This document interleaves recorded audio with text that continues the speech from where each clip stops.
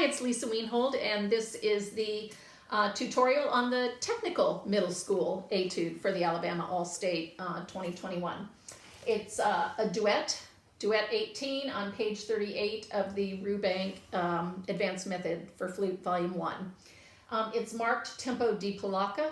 Polacca is a kind of a Polish dance in 3/4. It's not as fast generally as a waltz, which might be 1, 2, 3, 1, 2, 3. It's a little bit more stately.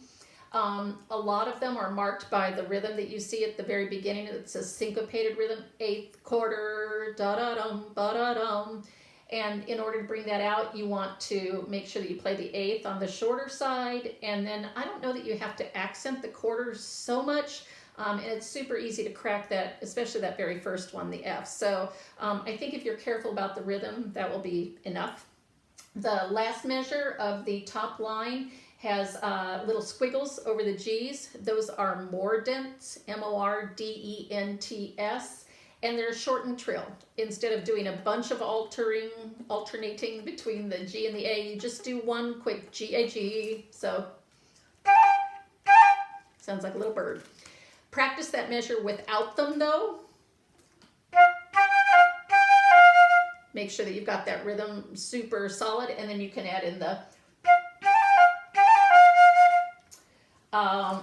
for me, this piece is easier to play in general with my thumb on the double thumb key so that I get B flats. On the third line, you're going to have to, if you do that like I do, you'll have to make an accommodation right before the second measure.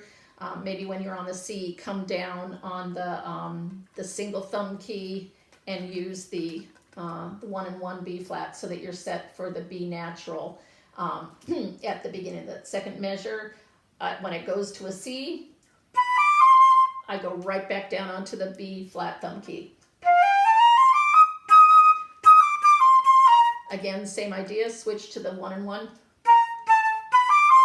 and then back to the B flat thumb key, and then you're good to the end of the piece. Ignore the first ending and just go straight into the second ending. It's a little bit unsure what you're supposed to do as far as the articulation in the second ending. I think probably you should slur into it, just like the first ending, and then I think that that's probably what's more or less expected. It's not a big deal if you'd rather do and tongue all of the notes in the fine ending. I think that's about it. This does not have a lot of dynamic difference in this portion of the piece. You start out loudly, but don't play any louder than you can play with a nice sound, and keep it nice and open. There are a few places where you have a diminuendo and a crescendo, but honestly, just the way that the range that you're playing in will probably take care of most of that. You can accentuate it a little bit more. They have marked quarter equals 1/12. That's fine. You can also play it a little bit slower. I don't know that I would play it any faster than that. It's always better to play something slowly or slower and more accurately than to try and play it fast and kind of gloss over a bunch of mistakes. Okay, so here we go. I'll count to 3 and then I'll start. Always create that rhythmic landscape that you're going to join. You're not going to just start creating it right with the first beat. You're going to be joining your tempo that you've already thought of. Okay, so here we go. 1, 2, 3.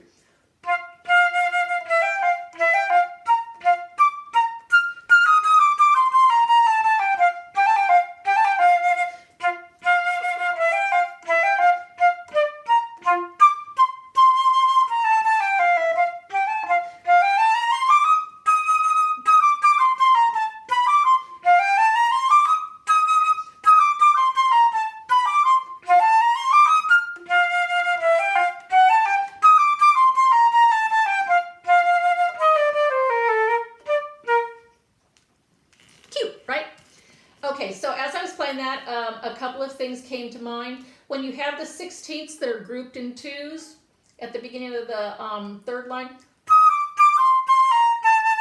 tongue the beginning of each 2 really clearly, especially when it is preceded by the same note. So you have E flat D and then D.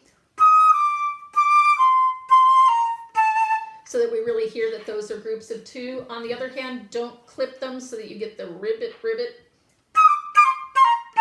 That's not good. It's not good rhythm. It's not good sounding. Lengthen the second note, but then tongue the beginning of the first note of the next slur clearly. Okay. And there was one other thing I was going to mention, and now I've forgotten all about it. Plan your breaths, and yeah, if I think of what else I wanted to tell you, I will do another tutorial. Bye.